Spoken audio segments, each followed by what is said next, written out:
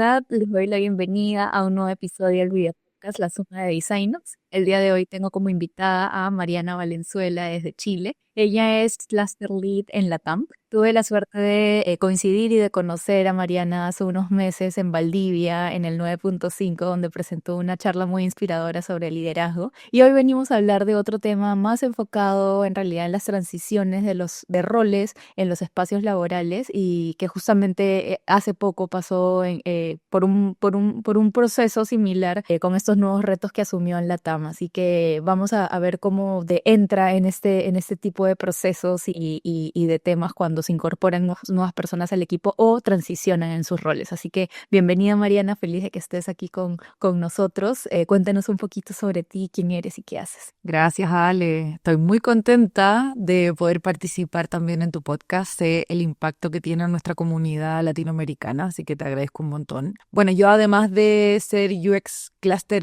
en LATAM, que comencé hace 5 meses, también soy cofundadora de Más Mujeres en UX, que estamos presentes en 7 países de Latinoamérica este año 2025. Soy periodista de formación, trabajo en tecnología hace 14 años, 15 años más o menos, en diferentes roles. Me acerqué al UX desde la gestión de proyectos. He pasado en algunos lugares como UX designer, después lead de producto y ahora estoy en LATAM viendo específicamente UX, que es un rol nuevo para mí. Súper, bueno, emocionada por lo que nos vienes a contar hoy día aquí en el episodio bueno, creo que siempre traes cosas muy interesantes a la mesa, así que empecemos.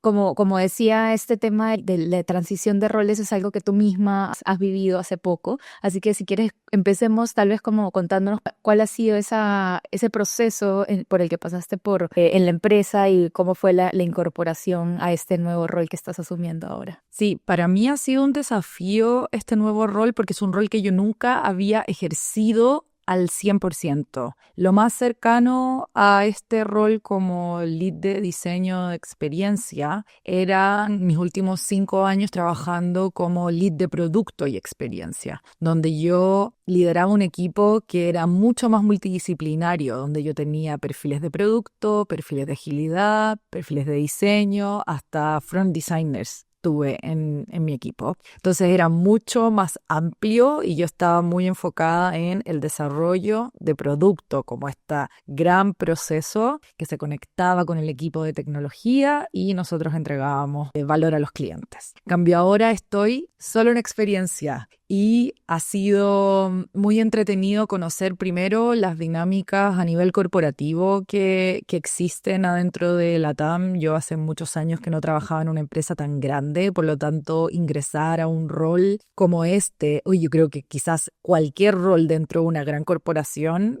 puede ser abrumante, entonces hay que ahí manejar un poco las expectativas, las ansiedades que pueden tener todas las personas que entran a un nuevo rol. Y en este caso ha sido muy entretenido conocer cómo funciona LATAM y cómo funciona sobre todo el chapter de UX, porque nosotros dentro de LATAM funcionamos con chapters. Existe el chapter de experiencia, existe el chapter de agilidad, el de ingeniería y existe el equipo de producto. Entonces como que existen todas estas estructuras transversales que se coordinan para trabajar en pos del cliente. Entonces, ese cambio estructural ha sido diferente y además mi rol de liderazgo es de acompañamiento a duplas de diseñadores. Entonces, yo tengo en mi clúster 4 duplas que ven diferentes productos y las duplas están compuestas por marketers y UX designers. Interesante, o sea, sí, como tú dices, entrar a una corporación tan grande es un reto para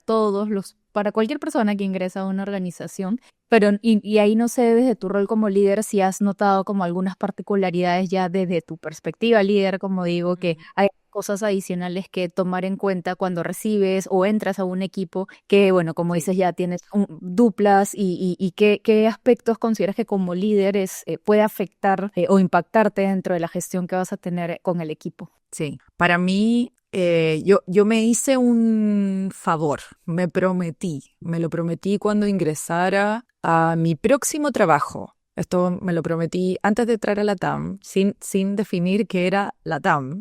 Cuando empecé, me prometí que iba a entrar a escuchar, observar.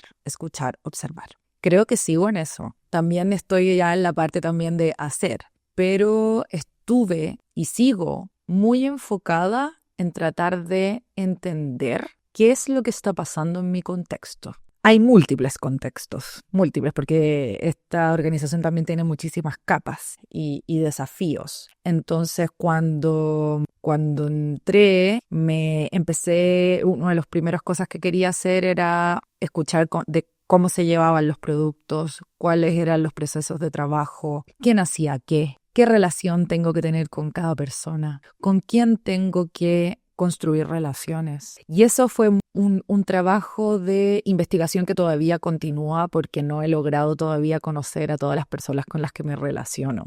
He ido de a poco. Y empezar a hacer preguntas para poder entender.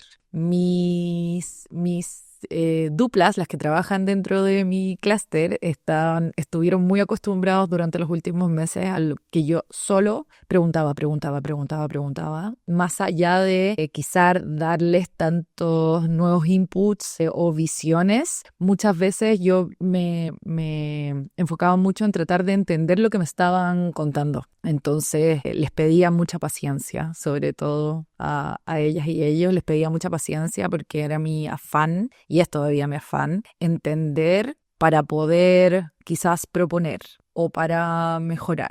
Y ese ritmo o esa mentalidad me la regalé porque yo tengo un perfil muy de hacer y planificar y generar visión.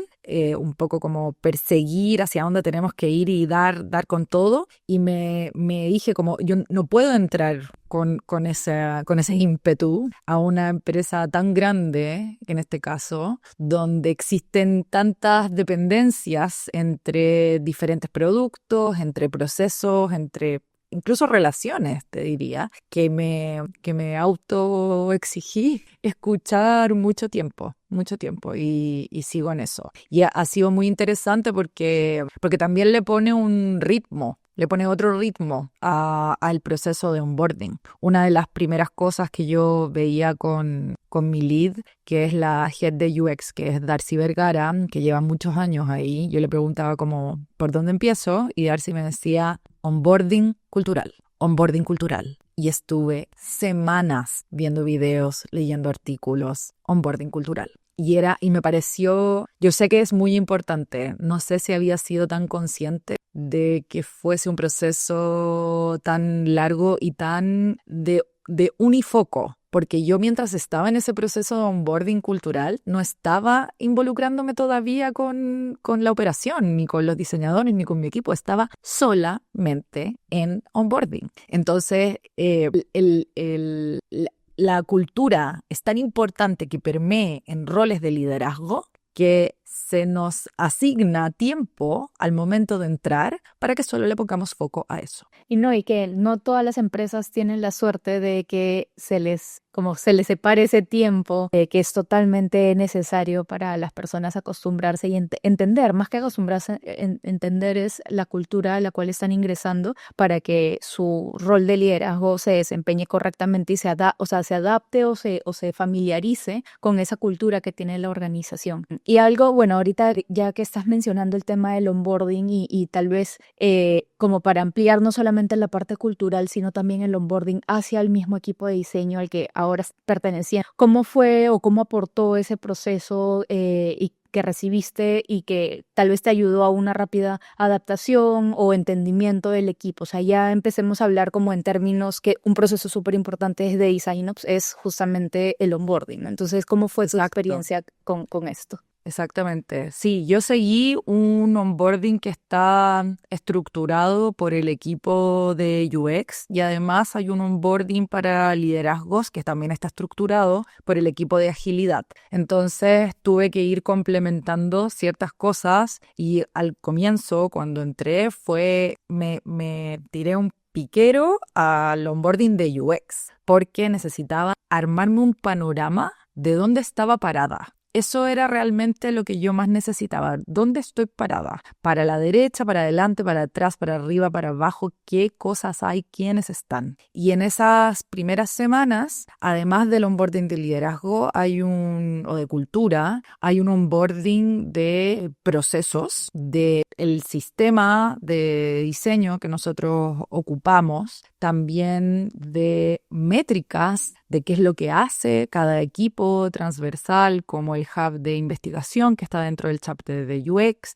Entonces habían muchas capas que yo decía, perfecto. Esta es la planta o este es como el equipo de liderazgo que está dentro del chapter. Empezar a entender quién hace qué cosa y con quién puedo ir a hablar si es que necesito profundizar en este panorama general que se me está presentando a la hora de consumir estos videos o leer o buscar ciertas presentaciones que están en un deck para poder consumir de información, que puede ser desde un Miro, donde había mucha información sobre las últimas conversaciones de una retro, por ejemplo, que eran importantes a nivel cultural, y además cuál es el framework de métricas que estamos ocupando para poder medir el impacto de experiencia dentro de los productos. O sea, era bastante amplio. No, está súper bueno y de hecho ahora que mencionas, voy como rescatando algunos puntos que es obvio que todas las personas que ingresan a un equipo necesitan entender en dónde están parados, con quién se pueden contactar y un poco entender como el histórico o novedades de, por ejemplo, feedback, retrospectiva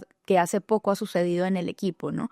Luego, como también para ahondar en temas ya de operaciones, porque sí me gustaría justamente el episodio enfocado en este rol que tiene Designs dentro de esta incorporación o cambios de roles. ¿Qué otros aportes has visto que operaciones ha jugado un rol clave para poder enfocarte tú como líder de bueno, hacer lo que has venido a hacer en la empresa y no distraerte en cosas como mínimas y, no sé, hablemos tal vez de herramientas, artefactos, lineamientos que te han ayudado como a aterrizar mucho más tu experiencia en la organización? Yo creo que ha sido trascendental la existencia de diversos equipos que forman parte, un gran equipo de Design Ops. Hoy día que cualquier persona a la que yo lidero o acompaño en el desarrollo de un producto tenga claridad de cuál es el framework de métricas, qué tipos de investigaciones hacemos, quiénes son las personas con las que tenemos que revisar,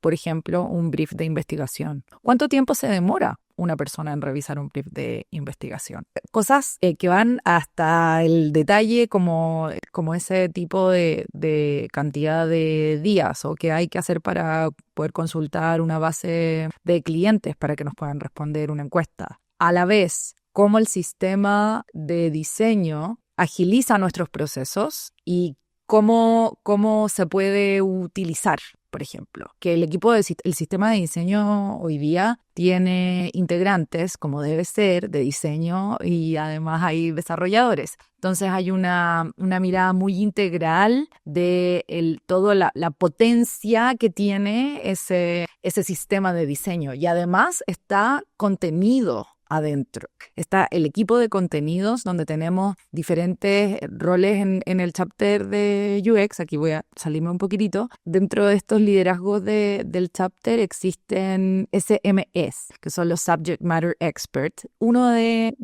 esas personas es la líder de contenidos, que está dentro del equipo de sistema de diseño también.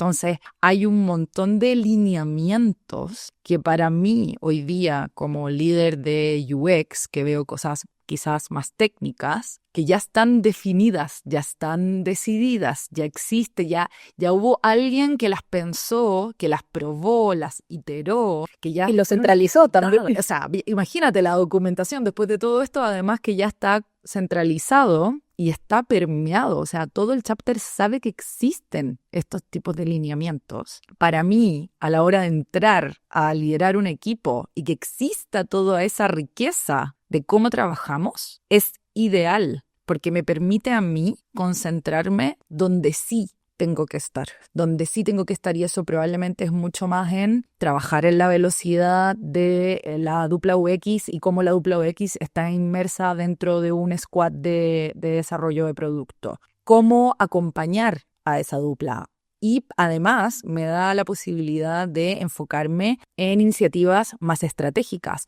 en poder hacer relaciones con los otros líderes de los otros chapters y así, y no como en muchas empresas que tienen equipos de diseño, y acá lo sé porque lo he vivido, porque tuve que formar un equipo de producto de UX en mi trabajo anterior. Uno hace todo eso que te estoy contando, mientras tanto está haciendo crecer el sistema de diseño, mientras tanto está generando alineamientos de contenido, mientras tanto hay que ver qué tipo de herramienta vamos a ocupar para este tipo de investigación, cómo vamos a hablar con los clientes. Y hay un montón de ramificaciones de preguntas que son muy normales en el proceso de desarrollo de un producto que van armando capas y capas y capas y capas de trabajo operativo, que está muy bien. En este caso, yo noto mucho la diferencia porque yo tuve que armar eso en mi trabajo anterior y acá ya está armado. Entonces yo llego, estoy inmersa en un equipo que ya tiene estas reglas del juego, por decirlas, que no significa que estén talladas sobre piedra. O sea, los lineamientos, nosotros decimos, son para desafiarlos también, porque en la práctica nos damos cuenta si es que funcionan o no, si tienen como, no sé, como la parte, hay que ir mejorándolo. Pero sí es una delicia que todo eso ya esté avanzado, lo que nos da a nosotros la posibilidad como clúster de preocuparnos de otras cosas. De acuerdo, y todo lo que cuentas es súper bonito y obviamente me identifico mucho siendo yo desde hace ya varios años, pero también quiero aprovechar en preguntarte, en tus experiencias pasadas, ¿has tenido oportunidad de trabajar de esta manera, a este nivel, y que tal vez sí ha marcado esa diferencia para ti como líder al incorporarte al equipo? Y no solamente con lineamientos, sino también me refiero a la gestión del talento y hablando más en skills, de conocer al equipo, o sea, ya cómo ha sido también esas experiencias previas que ahorita con esto que estás viviendo en LATAM te resulta como algo muy valioso como líder, ¿no? Sí, sobre gestión de talento, o sea, yo en mi rol anterior, nosotros armábamos el onboarding para los nuevos ingresos. Yo armaba páginas en Notion que eran de nuestro equipo, que incluían desde la descripción de los roles y cuáles eran las responsabilidades, hasta los cumpleaños, hasta cuál era nuestro repositorio en Drive y cuáles eran las páginas más importantes dentro de nuestro Notion, y los Miro y nuestros personal maps, y había un montón de cosas que yo hacía como líder que por mucho tiempo yo las hice sin saber que eran de Design Up. Después, cuando el concepto apareció, dije como, esto se llama Design Ops, perfecto. Ahora podemos hablar de Ops internamente y va a haber un lenguaje común dentro del equipo. Entonces, como mi experiencia es muy reciente. Es muy, muy reciente porque yo no había vivido en ningún otro de mis trabajos anteriores este nivel de madurez de procesos y estructura Y de formalidad. dentro de un equipo. Claro. Sí, Claro, porque la como escala dices, es muy grande. exacto. No, claro, y justo ahorita lo que mencionabas, claro, en tus experiencias anteriores tú te encargabas de hacer estos elementos que eran súper importantes, que bueno, al final los tenías que hacer, pero seguramente un otro líder tuyo, o sea, colega tuyo, seguramente estaba desarrollando los mismos lo cual es al final una pérdida de recursos, porque si nos aseguramos de que un equipo, en este caso el de DesignOps, centralice toda esa información y sea el único que actualice el organigrama o el repositorio, los cumpleaños, como tú decías, y lo socializa con todos los líderes, ya los líderes simplemente es como ejecutan lo que ya está centralizado y actualizado. Porque si no vas a tener varios líderes en paralelo haciendo lo mismo, porque puede que ni siquiera se den cuenta de que el otro está haciendo lo mismo como una tarea repetitiva, ¿no? Sí, igual creo que depende muchísimo, o sea, estoy muy de acuerdo contigo, y para todos y los líderes que nos estén escuchando, que se sienten identificados con la historia que conté recién, como de tener que estar preocupado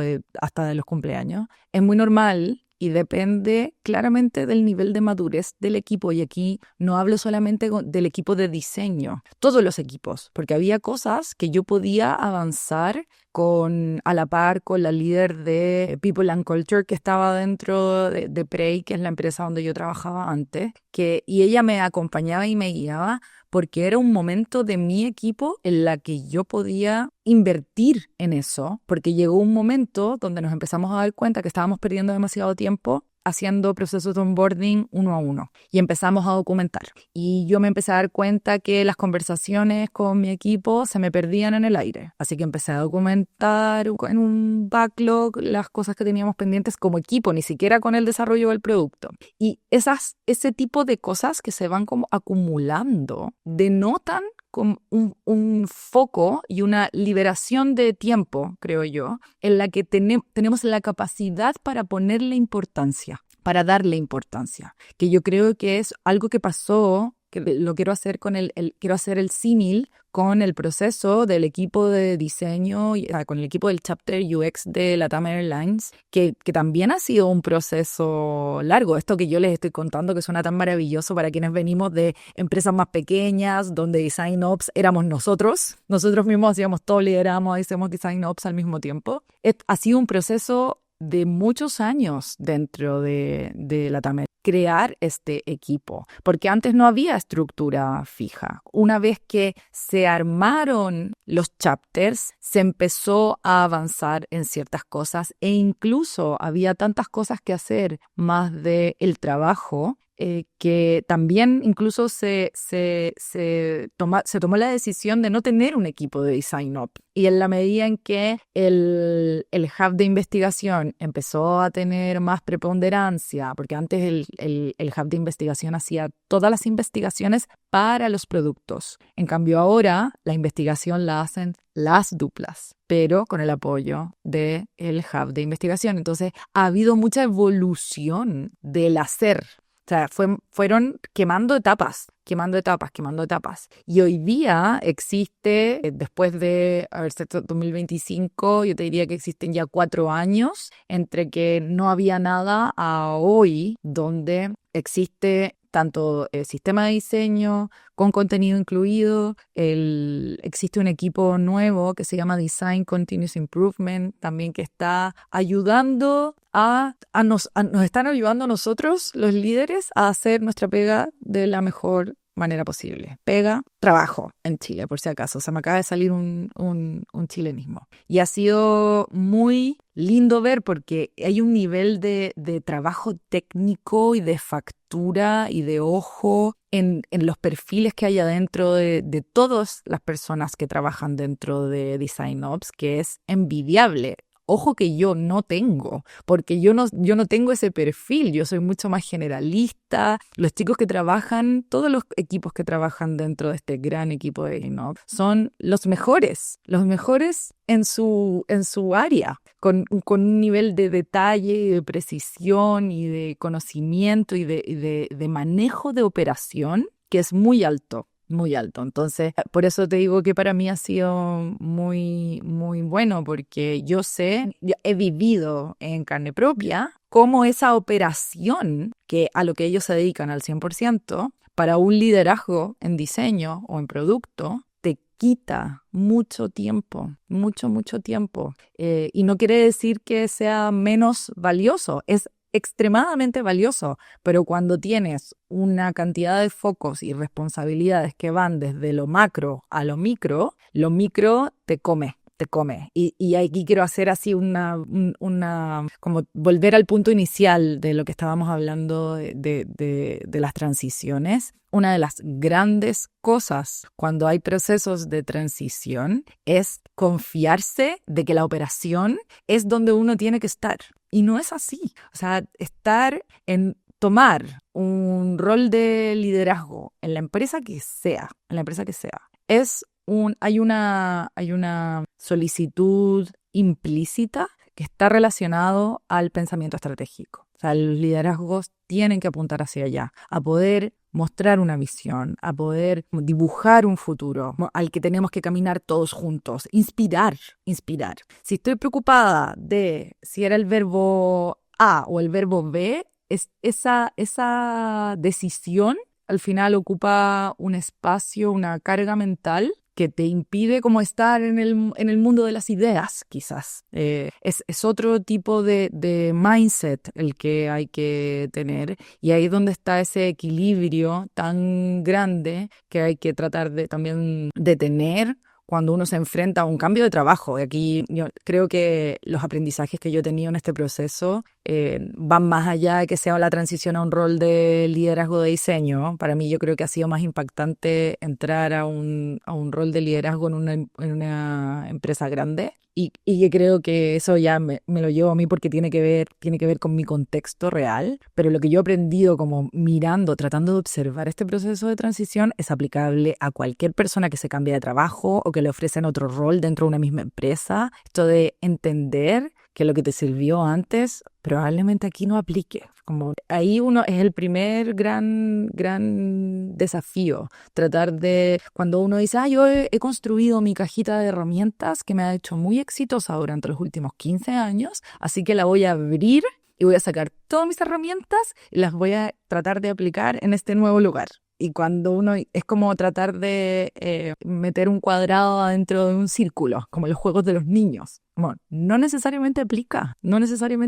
Y eso uno tiene que estar muy despierta para poder identificar si es que el contexto es el correcto. De acuerdo, de hecho, todo lo que a medida que ibas contando, Mari, me ibas respondiendo preguntas que te iba a hacer, porque me parece que es súper importante esto que has mencionado de que, claro, tú has llegado a un estadio en el equipo en donde ya estaba consolidado, con cierta madurez, lo cual te ha ayudado justamente en esta transición y esta incorporación a ti, lo cual no quiere decir de que hace 4 años estaban en ese mismo estadio, y probablemente los líderes hace 4 años, su incorporación, en caso hayan entrado personas en ese momento, su experiencia pudo haber sido diferente. Aquí lo importante es que este equipo de vaya transformándose también en el camino y vaya madurando su práctica, formalizando procesos, estandarizando temas, documentando, para que justamente lleguen a ese estadio en el que tú estás ahorita, que sí te ha permitido como que tu incorporación sea mucho más rápida y no solamente rápida, sino que te puedas enfocar en lo que realmente es importante para ti hoy en día como líder. Pero bueno, hay diferentes niveles de madurez de equipos de design ops en Latinoamérica, y Claro. es normal, es lo más normal en cualquier parte, así que tampoco se sobreexijan tanto para quienes nos están escuchando, Sí. sino entiendan todo el camino Estoy- más bien que pueden Me recorrer. siento en el Caribe, como está todo ya decidido. Así es. Ay, Mari, bueno, está súper bueno todo lo que nos has compartido hoy. Como ya se nos va acabando el tiempo, y que me parece súper bueno conectar todo lo que nos has contado con la última pregunta que hago siempre al final de todas las conversaciones, que es justamente en relación a los design ops, y creo que ahorita que tú tienes o sea, que has tenido cercanía con este equipo, creo que vas a poder dar buenos consejos, porque la pregunta es: ¿qué skill, conocimiento, actitud recomiendas que deba tomar en cuenta los design ops para afrontar los retos que hoy en día has visto que tienen los equipos de diseño? Creo que voy a irme por las habilidades blandas, y es entender las necesidades que tienen las personas a las que sirven, como dentro de su liderazgo de Design Ops, considerar cuándo es necesario modificar, cuál es el contexto, porque hoy día yo creo que el otro día hice un cálculo rápido de cuántos productos había más o menos en la TAM. Conté 20, pero yo sé que me quedo corta. Eso significa que hay muchos equipos. Y yo pensaba, qué gran trabajo es que un lineamiento le sirva a todos esos productos y más. Imagínate lo macro que tiene que ser la conversación. Y creo que en esta diversidad de productos y contextos, porque imagínate el viaje de nuestros clientes, como del journey me refiero, no del viaje en avión,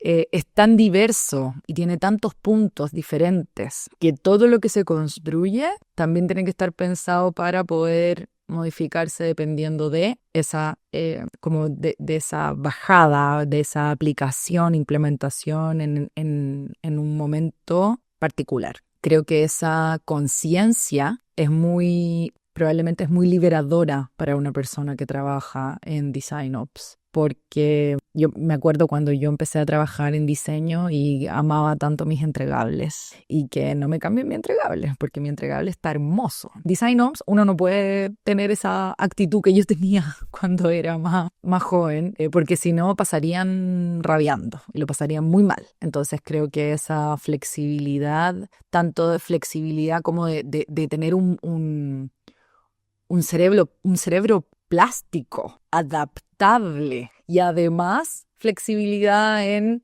sí, esto se puede cambiar, sino que es como pensar en el contexto y luego la flexibilidad de la implementación. Creo que está muy buena como para fomentar ahí el trabajo. Así es, sí, totalmente válido. Bueno, Mari, de verdad gracias por esta conversación tan amena y espero que los que nos están escuchando se hayan llevado muchas ideas a desarrollar, sí, y reflexiones, ¿no? Sobre lo que están haciendo en sus equipos y de cómo todo lo que hoy, o sea, la experiencia que has vivido en el equipo de LATAM les puede servir como referencia a lo que ellos están haciendo. Así que me ha parecido muy, muy interesante la conversación. Gracias de verdad por haber estado con nosotros hoy día. A ti, Ale, muchas gracias. Sí, gracias a los que nos acompañaron también hasta esta parte del episodio. Ya nos vemos en un par de semanas. Adiós.